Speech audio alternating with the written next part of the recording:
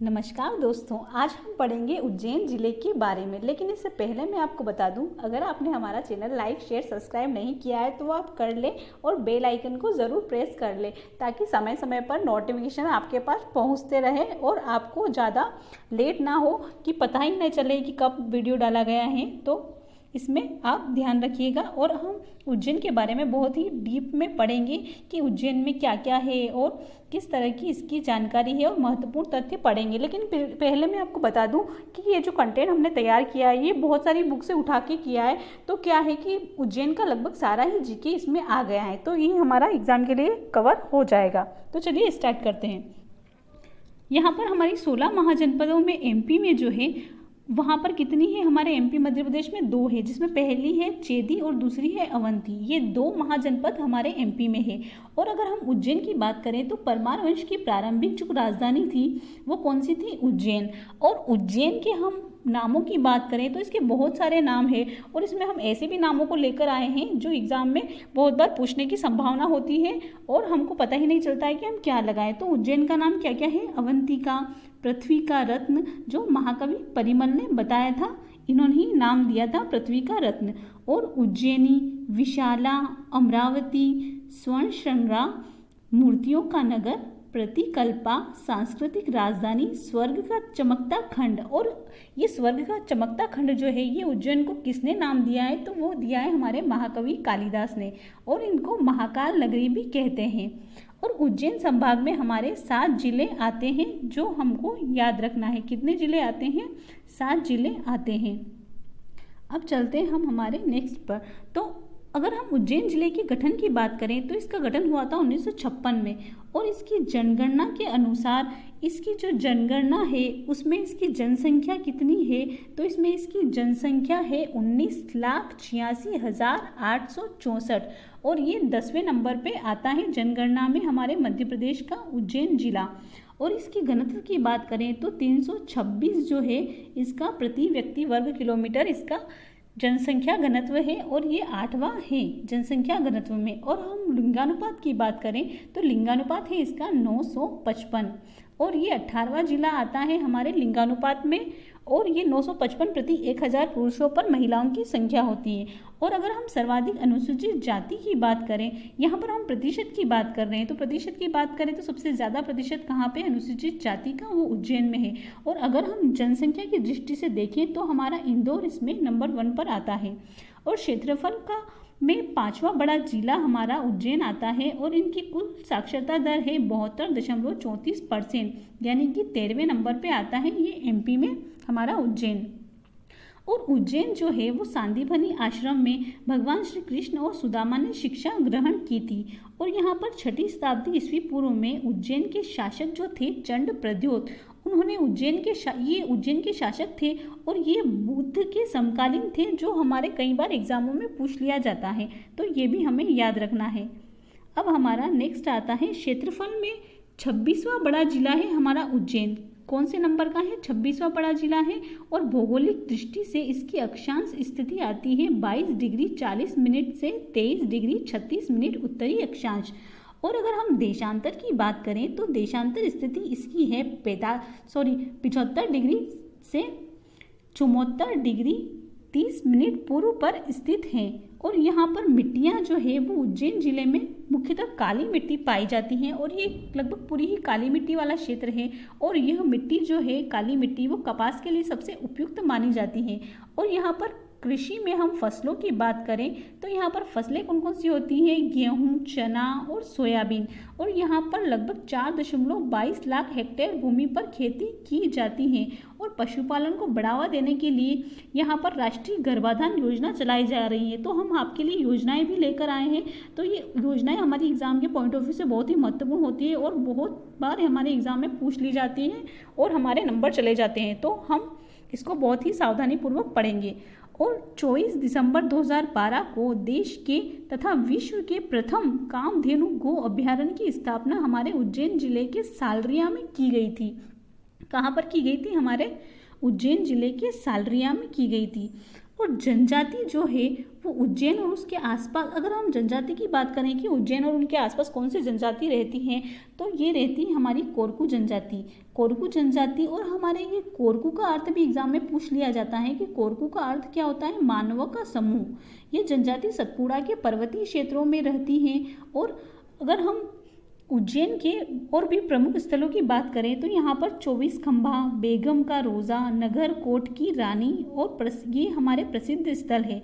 उज्जैन में सबसे पहले शून्य का प्रयोग महान गणितज्ञ ब्रह्मगुप्त द्वारा किया गया था और इन्होंने गुरुत्वाकर्षण का नियम भी दिया था। और यहाँ पर हमारा उज्जैन में जो है वो हमारा रुणिजा तेजाजी का मेला लगता है, जो हमें याद रखना है, क्योंकि कई बार इस टाइप के क्वेश्चन पूछ लिए जाते हैं और हम भारत के और दूसरे शहरों के नाम लगा देते हैं। तो ये हमें बहुत ही सावधानीपूर्वक याद रखना है कि रुणिजा तेजाजी का मेला हमारे कहाँ लगता है, तो ये लगता है हमारे उज्जैन में।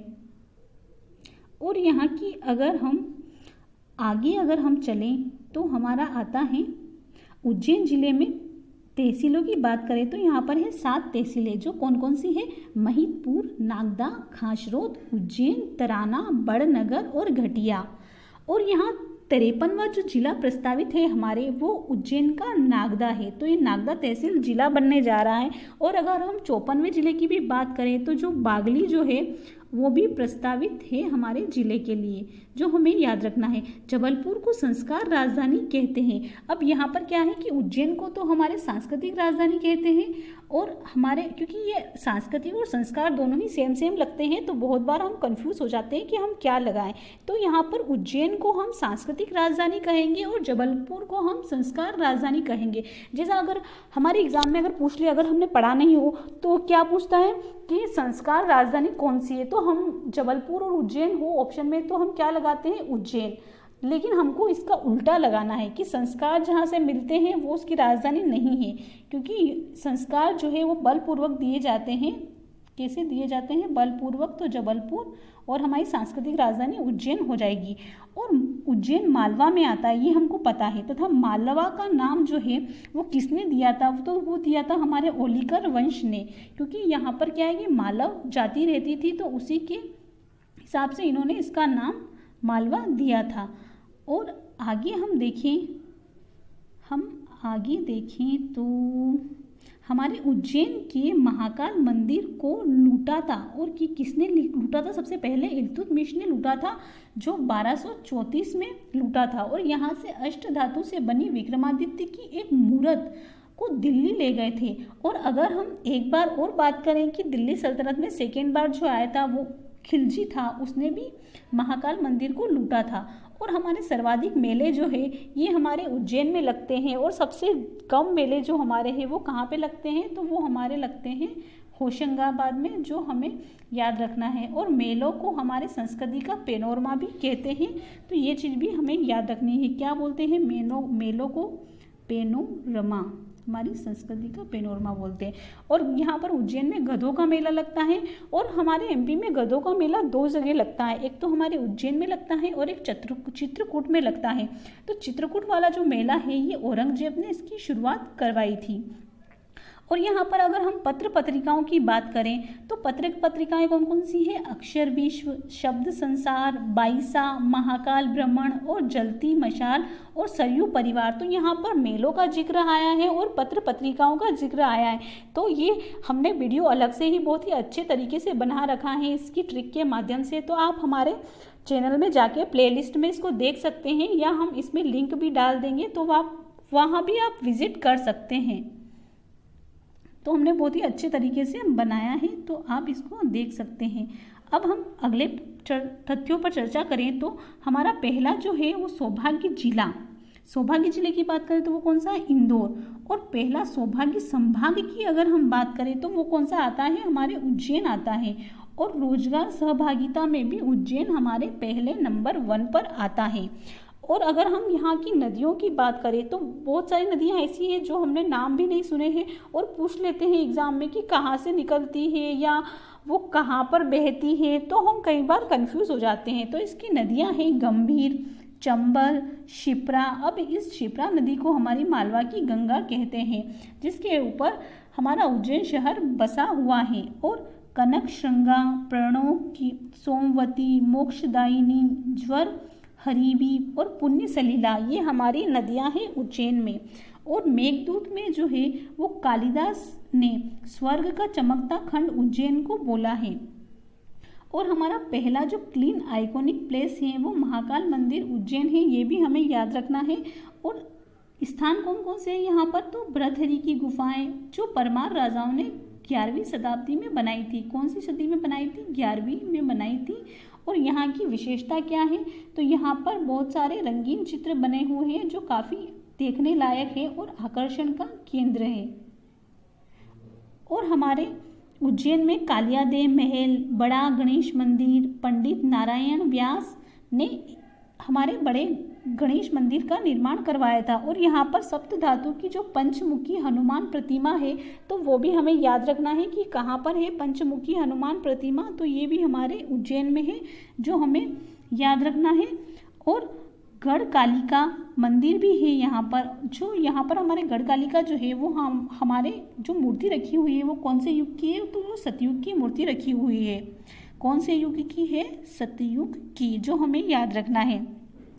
और यहाँ पर हमारे काल भैरव जी का मंदिर है जो हमको पता ही है कि वो सुरापान के लिए जाने जाते हैं। और बहुत बार हमने देखा भी है कि वो सुरापान से क्या होता है कि उनको जब सुरा पिलाते हैं तो वो अपने आप गायब होने लगती हैं सुरा।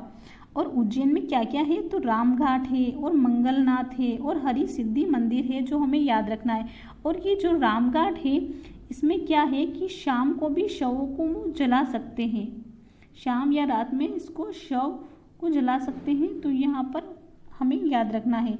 और गोपाल मंदिर का जो निर्माण है वो हमारे बयाजी शिंदे ने करवाया था, ये भी हमारे उज्जैन में है। और नवग्रह जो है ये मंदिर हमारे उज्जैन में जो हमें याद रखना है। और नवग्रह से हमको कंफ्यूज नहीं होना है क्योंकि बहुत बार हम एक ही नाम, क्यों हम मेलों का भी नाम याद रख लेते हैं, मंदिर का भी नाम याद रख लेते हैं, तो हम कंफ्यूज हो जाते हैं कि क्या लगाएं। तो यहाँ पर जो नवग्रह का अगर मेला की बात करें तो मेला हमारा कहाँ पड़ता है, खरगोन में, ठीक है, खरगोन में हमारा नवग्रह का मेला होता है। और अगर मंदिर पूछे तो कहाँ पर है, उज्जैन में। और उज्जैन में हमारे चिंतामन गणेश मंदिर भी है जो हमें याद रखना है। और महिदपुर जो है उज्जैन का, यहाँ पर सरकार सहकारी शक्कर कारखाना है। और उज्जैन को नॉलेज सिटी या ज्ञान हब जो है वो भी हमारे कहाँ पर है, उज्जैन में। और कैलेंडरिंग प्लांट उज्जैन में है जो 1962 में इस्टेब्लिश किया गया था। और रंगाई विरंजन भी इससे संबंधित है। और कैलेंडरिंग प्लांट जो है वहाँ पर एक और है, तो वहाँ पे ये फर्नीचर जो है उसके लिए भी ये जाना जाता है।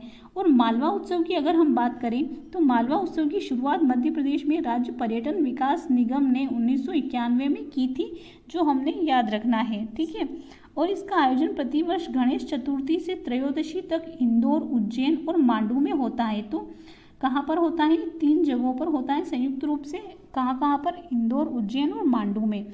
और नागदा जो है हमारे उज्जैन का, जो हमारे जिला प्रस्तावित है 53वां, तो वहाँ पर कृत्रिम रेशे बनाने का कारखाना भी है, जो ये भी हमें याद रखना है।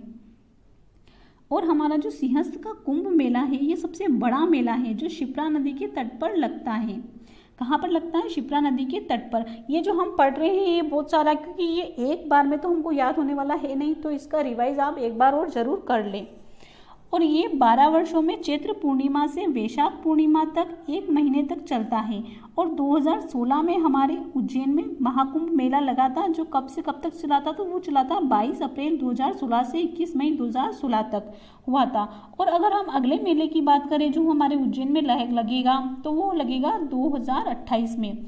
और यहाँ की अगर हम व्यक्तित्व की बात करें तो यहाँ पर कालिदास, शरद जोशी और वराह मिहिर इन व्यक्तित्व से संबंधित है उज्जैन। तो यहाँ पर हमने व्यक्तित्व का वीडियो भी बनाया हुआ है जो आप हमारी प्लेलिस्ट में जाकर देख सकते हैं। बहुत ही मतलब संपूर्ण क्या है कि सारे ही बनाया हुआ है हमने, तो हमें ये चीज़ याद रखनी है। और हमारे सुभाष गुप्ता जो है वो 16वीं इंडियन मास्टर स्विमिंग चैंपियनशिप में लगातार पदक जीतकर वर्ल्ड रिकॉर्ड इन्होंने बनाया है, ये चीज़ हमें याद रखना है। अब हमारा अगला आता है, अगले तथ्य पर अगर हम चलें तो अगर हम हमारे मृगनयनी एम्पोरियम की बात करें तो ये हमारे कौन कौन से हैं, तो ये है उज्जैन, भोपाल, इंदौर, जबलपुर, रीवा और ग्वालियर। तो इनको हम कैसे याद रखें, तो हमको पता है कि भोपाल तो है हमारे एमपी की राजधानी, ठीक है। और इसके अलावा इंदौर भी बहुत बड़ी, इसको मिनी मुंबई बोलते हैं, तो ये भी बहुत बड़ा शहर है। और उज्जैन भी बहुत ही फेमस है। और ग्वालियर की हमको पता है कि यहाँ पे सिंधिया वंश, राजवंश करा था, ठीक है। और यहाँ पे जबलपुर जो है वो हमारे मध्य प्रदेश हाई कोर्ट का जो मुख्यालय है वो जबलपुर में है। तो इसके अलावा हमको याद जो रखना है वो रीवा ही अलग से याद रखना है, बाकी ये सब बड़े बड़े शहरों के नाम याद रखना है। तो ये जो 6 हैं ये हमारे को कितने हैं, 6, तो इनको याद रखना है हमें कौन कौन से हैं। अब हमारा आता है पाणिनि संस्कृत विश्वविद्यालय, तो वो कहाँ पर है, तो वो उज्जैन में है और 2008 में इस्टेब्लिश हुआ था। तो ये हमारे उज्जैन की जब हम पढ़ रहे हैं तो इसमें पत्र पत्रिकाएं आ रही हैं, विश्वविद्यालय हैं, मेले हैं, व्यक्तित्व हैं, तो इन सबकी वीडियो हमने बनाए रखे हैं। तो आप उसमें प्लेलिस्ट में जाके हमारे विजिट कर सकते हैं और देख सकते हैं, बहुत ही ट्रिकी बनाए हुए, तो आपको आसानी से याद हो जाएगा। और अब आती है हमारी अस्मिता सिंह, तो ये मध्य प्रदेश के mister and Mrs super model 2019 का खिताब इन्होंने जीता था। और नागदा जो निजी हवाई पट्टियां हैं वो भी हमारे उज्जैन में है, जो ग्रासिम इंडस्ट्रीज की है। और जो गर्दभील जो है वो भील जनजाति से थे और यह उज्जैन के शासक रहे हैं। और इनके पुत्र जो थे वो सम्राट विक्रमादित्य थे। कौन थे, सम्राट विक्रमादित्य। और जो गुप्त साम्राज्य के चंद्रगुप्त द्वितीय जो विक्रमादित्य थे वो अलग है, तो इन दोनों में हमको कंफ्यूज नहीं होना है। तो कभी अगर पूछ ले कि विक्रमादित्य जो थे वो किनके पुत्र थे, तो वो किनके थे, तो गर्दभ भील के थे। अब हम अगले तथ्यों पर चलें तो हमारे अगले तथ्य आते हैं कि अवंती की जो उत्तर राजधानी थी वो उज्जैनी थी और दक्षिणी राजधानी की अगर हम बात करें तो वो थी महेश्वर। और चंद्रगुप्त द्वितीय को जो है वो विक्रमादित्य की उपाधि मिली थी। और इन्होंने क्या है कि विक्रमादित्य की उपाधि इनको क्यों मिली थी, तो क्या है कि उन्होंने शकों को पराजित किया था और बाहर खदेड़ दिया था, इसलिए उनको विक्रमादित्य की उपाधि मिली थी। और इनको शकारी भी कहते थे क्योंकि शकों को बाहर खदेड़ दिया था। अब आते हैं हमारे विक्रमादित्य के दरबार में जो सर्वप्रथम नवरत्न थे वो कालिदास थे, ठीक है। तो मेन बात ये है कि जब हम नवरत्न की बात करते हैं तो हमको हमेशा ही अकबर का नाम याद आता है कि वहाँ पर नवरत्न थे, लेकिन सबसे पहले जो नवरत्न की जो परंपरा चली आ रही है वो हमारे विक्रमादित्य से चली आ रही है। तो हमें याद रखना है कि विक्रमादित्य के दरबार में जो सर्वप्रथम नवरत्न थे वो कौन थे, कालिदास थे। और कालिदास भी इन्हीं में से थे, नवरत्नों में से। और अगर हम 2028 के कुंभ की बात करें, जो सिंहस्थ हमारा उज्जैन में लगेगा उसकी बात करें, तो यहाँ पर एक नया अखाड़ा जोड़ा जा रहा है, वो है अगले महाकुंभ से शुरू होगा और उसका नाम क्या है, किन्नर अखाड़ा। तो ये चीज़ें जो है जो आने वाली रहती हैं या जो करंट में रहती हैं तो वो भी हमारी एग्जाम में बहुत बार पूछ ली जाती हैं, तो ये भी हमें याद रखना है। अब हमारा आता है महर्षि पाणिनि संस्कृत वैदिक विश्वविद्यालय, जो 17 अगस्त 2008 को इसका उद्घाटन हुआ था। और इसका उद्घाटन किसने किया था, बलराम जाखड़ ने किया था, जो पहले के तत्कालीन जो मुख्यमंत्री थे ना उन्होंने किया था, ठीक है। और वैदिक जो है वो शब्द इनमें जो ये वैदिक शब्द दिख रहा है वो 2010 में जोड़ा गया था। कब जोड़ा गया था, 2010 में, जो हमें याद रखना है। अब आता है हमारा राजा धन्वंतरी आयुर्वेदिक कॉलेज, ये कब इस्टेब्लिश हुआ था, ये 1958 में इस्टेब्लिश हुआ था। और ये भी हमारे उज्जैन से रिलेटेड है, जो हमें याद रखना है। अब आता है हमारा विक्रम विश्वविद्यालय, इनकी स्थापना हुई थी 1957 में हुई थी। और यहाँ पे अगर हम सर्जन पीठ की बात करें तो ये मुंशी प्रेमचंद सर्जन पीठ यहाँ पर हमारे विक्रम विश्वविद्यालय में है। और देश की जो पहली रोबोटिक वेधशाला है वो भी हमारे उज्जैन में है। और एक सम्मेलन आता है टेपा सम्मेलन, जिसका नाम ठहाका सम्मेलन भी है, ये उज्जैन से संबंधित है। और ये किस लिए संबंधित है, तो हमको पता है कि ठहाका से पता चल रहा है कि व्यंग्य से संबंधित है, तो हमें टेपा भी याद रखना है कि जो टेपा है उसको ही ठहाका सम्मेलन बोलते हैं और वो जो व्यंग्य से संबंधित है, ठीक है। अब कालिदास सम्मान समारोह जो है वो भी हमारे उज्जैन में होता है। इसके अलावा अनुकुंज समारोह, विक्रम महोत्सव, ये सभी उज्जैन में ही होते हैं। और 3री शताब्दी में जो अशोक जो थे वो क्या थे, अवंती के राज्यपाल थे, ठीक है। और ये अगर पूछ ले हमारे एग्जाम में ये किसके समय में थे, तो ये किसके समय में थे, तो ये हमारे किसके समय में थे, बिंदुसार के समय में, तो ये भी हमें याद रखना है। अब अगले तथ्य की अगर हम बात करें तो बेसनगर जो है वो क्या है कि शक की पुत्री विदिशा, यानी कि जो बेसनगर किसको बोलते हैं, हम सबसे पहले तो विदिशा को बोलते हैं, ठीक है। और वहाँ पर शक थे जिनकी पुत्री जो थी विदिशा देवी, और जिनका नाम कुमार देवी था, उनसे क्या है कि अशोक ने विवाह कर लिया था, ठीक है। और उनकी याद में वैश्य टेकरी बनवाई थी और ये उज्जैन में है। और इसका संबंध जो है वैश्य टेकरी का वो कौन से धर्म से है, तो वो हमारे बौद्ध धर्म से है। उज्जैन और पाटलिपुत्र का जो स्वामी कहते हैं वो किनको कहते हैं, चंद्रगुप्त द्वितीय को। और हमारे विराट गुरुकुल समारोह की बात करें तो ये भी हमारा उज्जैन में होता है। और अच्युतगामी बौद्ध काल में उज्जैन का यह नाम था, ठीक है। तो अगर पूछ ले कि बौद्ध काल में उज्जैन का क्या नाम था, तो अच्युतगामी था। तो ये जो है कंटेंट है ये बहुत ही बुकों में से, बहुत सारी बुकों में से छाट कर बनाया हुआ है। तो आप इसको बहुत ही ध्यानपूर्वक पढ़ें, क्योंकि इनमें क्या है कि इनसे हमारे एग्जाम में आने की संभावना भी बहुत ज़्यादा है, ठीक है। और देश की पहली जो मलखम अकादमी है जो 2018 में इस्टेब्लिश हुई थी, वो हमारी कहाँ पर है, उज्जैन में। और इसके लिए जो पुरस्कार दिया जाता है वो है प्रभाष जोशी पुरस्कार। और ये कब से स्टार्ट हुआ था, तो वो हुआ था 9 अप्रैल 2013 से, ठीक है। तो ये चीज़ भी हमें याद रखनी है। अब हमारा आता है प्रथम पुरस्कार। ये प्रथम पुरस्कार ये काय के लिए है, ये मलखम की बात हो रही है, ठीक है, मलखम की बात हो रही है। तो प्रथम पुरस्कार किसको मिला था, अजय वक्तारिया को। और हमारा उज्जैन छिपा शिल्प से संबंधित है और यहाँ पर कपड़ों की सफाई का केंद्र है। और भैरवगढ़ कंगी शिल्प कालिदास समारोह जो 1980 से चला आ रहा है, तो वो भी हमारा यही होता है। और एशिया का सबसे बड़ा सोयाबीन संयंत्र भी यही है। तो यहाँ पर क्या है कि जब हम वीडियो बना रहे हैं तो क्या है कि कभी हमको टाइम कम ज़्यादा में होता है मैनेजमेंट करने में। तो अगर आपको तेज़ लगे, अगर स्पीड ज़्यादा लगे तो आप उसको धीरे करके देख लीजिएगा, और अगर आपको धीरे लगे तो इसकी स्पीड आप बढ़ाकर देख सकते हैं, ठीक है। अब आता है हमारा कालिदास का महाकाव्य, ठीक है। अब कालिदास के सारे ही महाकाव्य की अगर हम बात करें तो एक तो होता है हमारा कुमार संभवम आता है, और एक आता है रघुवंशम, ठीक है। और रघुवंशम क्यों इंपॉर्टेंट है, क्योंकि यहाँ पर इसमें बताया गया है कि भगवान के राम के जो पुत्र थे कुश, और शत्रुघ्न के पुत्र शत्रुघाती जो थे, ये दोनों ही विदिशा के राजा रहे हैं। और अगर हम कालिदास जी के खंडकाव्य की बात करें तो कौन कौन से हैं, मेघदूत, ऋतुसंहार, मालविकाग्निमित्रम, अभिज्ञान शाकुंतलम और कपूर मंजरी। और अंतिम जब खंड काव्य आता है तो वो आता है विक्रम वर्षियम। तो कभी कभी ऐसे भी पूछ लिया जाता है कि कालिदास जी का जो अंतिम खंड काव्य जो है वो कौन सा है, तो वो है हमारा विक्रम वर्षियम, जो हमें याद रखना है। अब आता है हमारा ताम्रपाषाणकालीन नगरी की अगर हम बात करें तो कौन कौन सी है हमारे एमपी में, तो वो है नागदा, कायथा, डोंगवाला और नावदा टोली, ये मध्य प्रदेश की है। और अगर हमारे पहली अगर ताम्रपाषाण नगरी की बात करें तो पहली कौन सी आती है, अगर हमारे एग्जाम में पूछ ले तो ये है हमारी कायता। और इसकी खोज किसने की थी, वीएस वाकणकर ने की थी, और 1964 में इसकी खोज की थी। और यहाँ से पहले तांबे की कुल्हाड़ी यहीं मिली थी। और दिल्ली सल्तनत में जो सबसे पहले मालवा पर प्रथम आक्रमण किया था वो करने वाला कौन थे, कुतुबुद्दीन ऐबक। और इन्होंने क्या करा था, उज्जैन पर आक्रमण कर दिया था पहली बार। और कब किया था, 1996 से 97 के बीच किया था। अब हास्य कवि जो है यहाँ के ओम व्यास, ये भी उज्जैन से संबंधित है। और इनका जन्म जो हुआ था वो तो छत्तीसगढ़ में हुआ था, पर इनकी कर्मस्थली जो है वो उज्जैन है, ठीक है। और अब आगे हमारा नाम आता है अनिल माधव दवे का। तो इनका जन्म भी हमारे उज्जैन के बड़नगर में हुआ था। और ये पूर्व केंद्रीय मंत्री भी रह चुके हैं। और केंद्रीय मंत्री ये किस पार्टी की तरफ से रहे थे, तो वो रहे थे भाजपा की तरफ से, ठीक है। और अगर इनकी बुक या पुस्तकों की बात हम कर लेते हैं तो इनकी 2 बुक ज़्यादा ही है इम्पोर्टेंट, तो वो भी हमें पढ़ लेते हैं कि कौन कौन सी है। तो एक शिवा बावनी और सृजन से विसर्जन तक, तो ये दोनों बुक बहुत इंपॉर्टेंट है और हमारे एग्जाम के पॉइंट ऑफ व्यू से बहुत ही इंपॉर्टेंट है, ठीक है। और जंतर मंतर जो है वो राजा सवाई जयसिंह ने बनवाया था। ये देश में 5 है, ठीक है।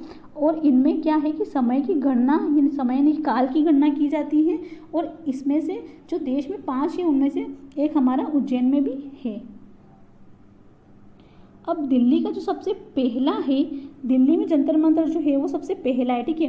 अब ये कब हुआ था इस्टेब्लिश, तो 1724 को, ठीक है। और अगला आता है हमारा जयपुर, फिर मथुरा, वाराणसी, और 5वां आता है उज्जैन। तो उज्जैन जो है वो हमारा लास्ट वाला आता है और 1733 में इसकी स्थापना हुई थी। और पहली जो नॉलेज सिटी है वो भी हमारे उज्जैन में है, जिसको नॉलेज सिटी या ज्ञान हब भी बोलते हैं। और महाकाल मंदिर में जल स्रोत है, जैसे कि हम महाकाल के दर्शन के लिए जाते हैं तो वहाँ पर क्या है कि जब गर्भगृह में जाते हैं तो उनके आसपास जो वो कुंड दिखता है हमको, जल कुंड, तो उसको क्या बोलते हैं, उस स्रोत को कोटि तीर्थ कहलाता है। और मंदिर का जीर्णोद्धार की अगर हम बात करें तो हमारे महाकाल मंदिर के जीर्णोद्धार किसने करवाया था, रानोजी सिंधिया ने।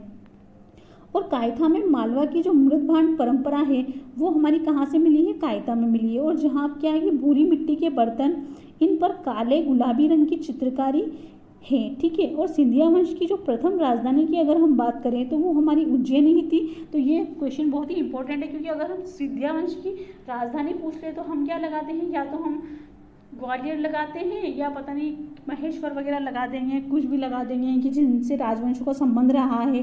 तो हमें याद रखना है कि ये उज्जैन जो है ये है, ठीक है, ये पहले थी। तो ये क्या है कि एग्जाम के पॉइंट ऑफ व्यू से बहुत ही महत्वपूर्ण है। और 1737 ईस्वी में दौलत राव सिंधिया ने 1810 में अपनी राजधानी को उज्जैन से ग्वालियर कर दिया था, ठीक है। तो कब किया था इन्होंने? दौलत राव सिंधिया ने 1810 में किया था, अपनी राजधानी को उज्जैन से ग्वालियर कर दिया था। और मराठा जो है वो मालवा को जीता था, ठीक है।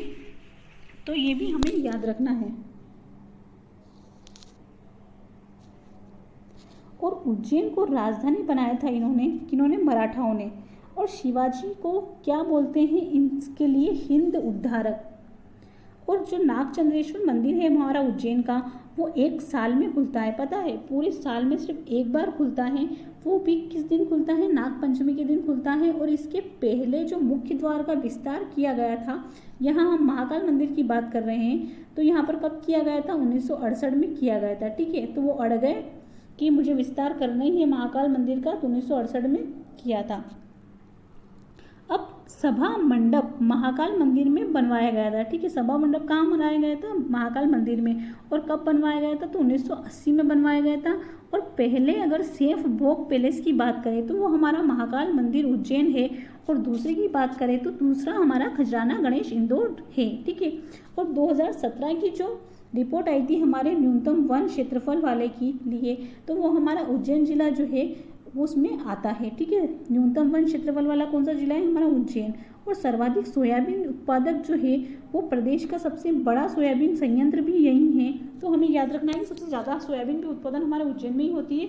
और सबसे बड़ा सोयाबीन संयंत्र भी 1983 में इस्टेब्लिश हुआ था। यहाँ पर क्या है कि थोड़ा टाइपिंग में इधर उधर हो गया है, तो आप इसको सही से समझ के देख सकते हैं कि कहाँ पर क्या है, कुछ मिल तो नहीं रहा है, दोनों क्वेश्चन एक में ही तो नहीं आ रहे, तो ये आप देख लीजिएगा।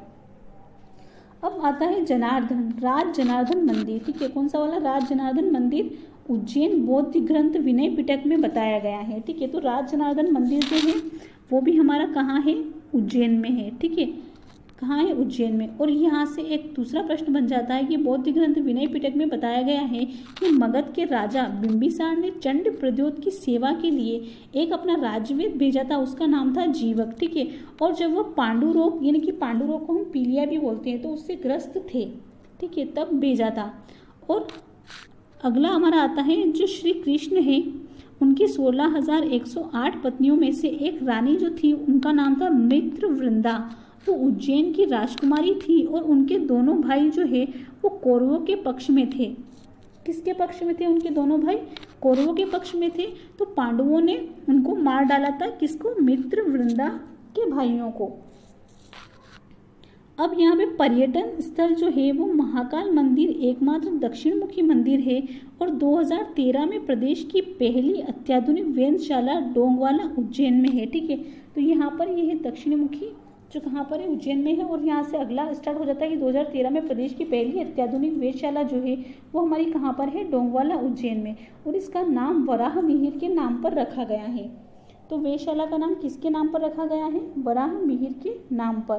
तो ये थी हमारी उज्जैन जिले के बारे में सारा ही संपूर्ण जीके। तो आप हमें कमेंट बॉक्स में ज़रूर लिखकर बता सकते हैं कि आपको हमारी जानकारी कैसी लगी। और अगर इसमें कुछ त्रुटि हो, वैसे तो हमने पूरी कोशिश की है कि कुछ त्रुटि ना हो, पर अगर आपको कुछ इसमें त्रुटि दिखती है तो आप हमें बता सकते हैं। और आप हमारे चैनल को लाइक शेयर सब्सक्राइब जरूर करें। जी धन्यवाद।